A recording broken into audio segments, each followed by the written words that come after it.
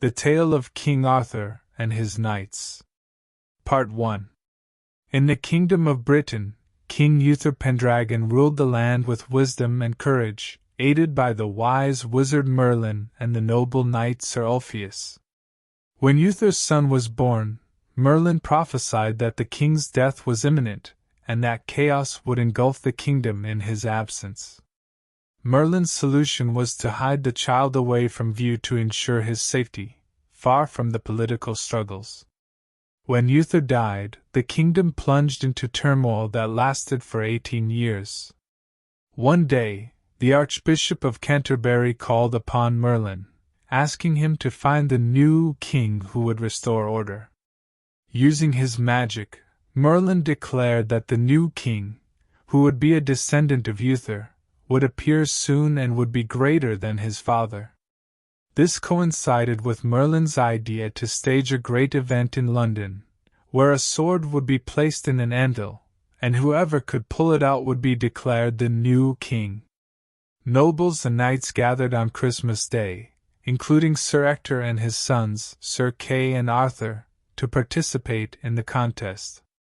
While everyone expected one of the known nobles to win, Merlin smiled, confident that the true king might be among the unknowns. During the competition, Sir Kay showed great determination in the first rounds, but in the second round, he faced a strong knight named Balamornes, resulting in his sword breaking. Sir Kay asked his brother Arthur to fetch another sword. As Arthur went to retrieve the sword, he suddenly remembered the sword in the anvil. Arthur entered the church unnoticed, and easily pulled the sword from the anvil. When he returned to the arena, everyone was shocked by the surprise. Kay, feeling proud, claimed that he was the one who had pulled the sword. But Sir Ector, Kay's adoptive father, realized the truth and explained that whoever could pull the sword from the anvil was the rightful king of Britain. As Christmas approached, kings and nobles gathered in London to witness the historic event. Sir Kay tried to pull the sword again, but failed. Then Arthur stepped forward and asked for a chance. Arthur felt that the sword was his rightful possession and easily pulled it from the anvil. Merlin then declared that Arthur was the rightful king of Britain. Arthur was shocked by this revelation, as he had been considered the son of Sir Ector. However, he made a promise to his adoptive father that he would always be his son, and he granted Kay a position in the kingdom. In his moment of victory, Arthur raised the sword high, becoming the rightful king of Britain and ushering in a new era of glory. One spring day, King Arthur was with his knights in the forest of Osk. Among the knights with him were Sir Gawain, Sir Owain, Sir Kay, and Sir Pelleas. While they rested from the heat of the sun, they discovered an injured knight named Sir Miles, who was lying in his own blood on the back of his horse. The boy accompanying Sir Miles told Arthur's knights that the knight had gone on a journey in search of adventure. During their travels, they encountered 3 beautiful ladies playing with a golden ball, and they guided them to a stone bridge crossing a tumultuous river. After crossing the bridge, they reached a dark castle, where there was a black shield and a copper hammer next to an apple tree. A sign read, "Whoever strikes this shield is solely responsible for this venture." Sir Miles grabbed the hammer and struck the black shield, causing the castle doors to open. A knight wearing a mink fur armor emerged and attacked Sir Miles for his impudence, inflicting severe wounds. Afterward, the knight took Sir Miles' shield and hung it on the apple tree, then returned to his castle. When King Arthur learned of the events, he decided that he could not leave an injured knight without help. He and his knights agreed that they must rescue Sir Miles and retrieve his shield. Then the boy, Griflet, asked Arthur to grant him the title of knight to face the Mink Knight. Despite Arthur's reluctance due to his youth, he agreed. Griflet left the next day and returned with wounds after facing the Mink Knight, who had taken his shield as well. This enraged Arthur, so he decided to take on the task himself. He donned his armor and rode his white horse, heading to the valley to find the women who were playing with the ball. But when the women saw him, they asked him to stay with them for a while, though he insisted on searching for the Mink Knight. During his journey, he found 3 men threatening an old man with a white beard. Arthur saved the old man, who later turned out to be the wizard Merlin. Merlin asked Arthur to take him along, so he could offer help in facing the Mink Knight. Arthur and Merlin reached the bridge, where they faced the Mink Knight in a fierce battle.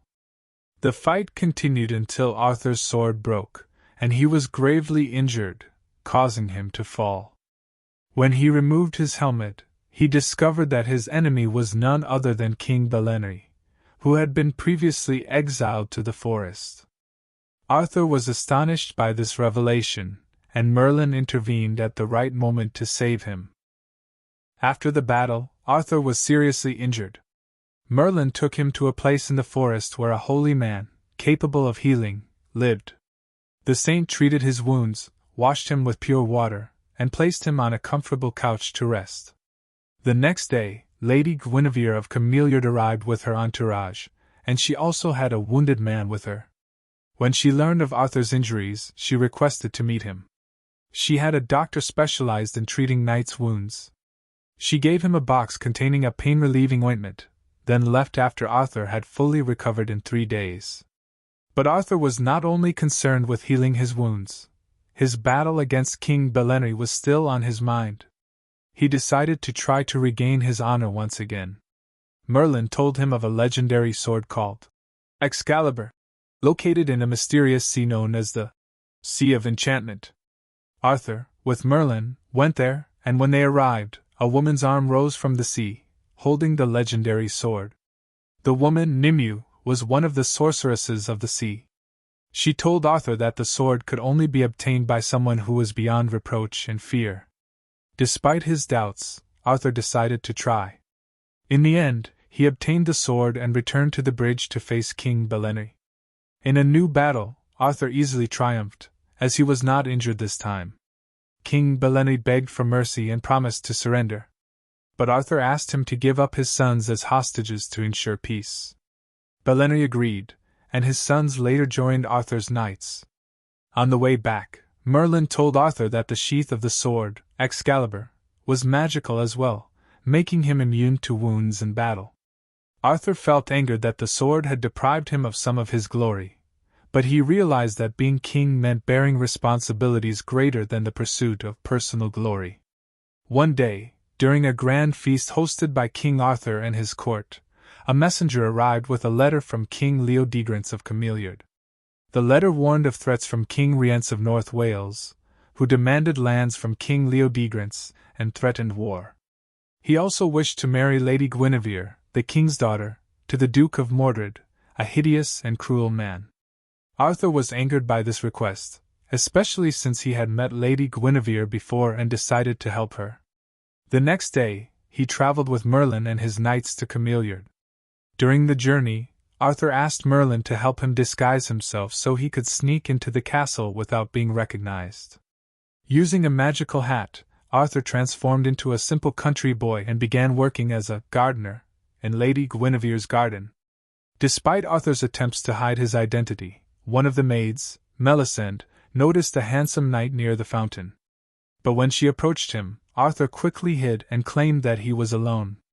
Later, Guinevere revealed his true identity when she stole his hat and found that he was King Arthur. Though she admired his courage, she decided to treat him with disdain and told him to return to his work. Days later, another messenger arrived with news of King Rience and Duke Mordred, who had confined the kingdom with the threat of war. The Duke insisted that Guinevere be married to him within 5 days, or they would go to war.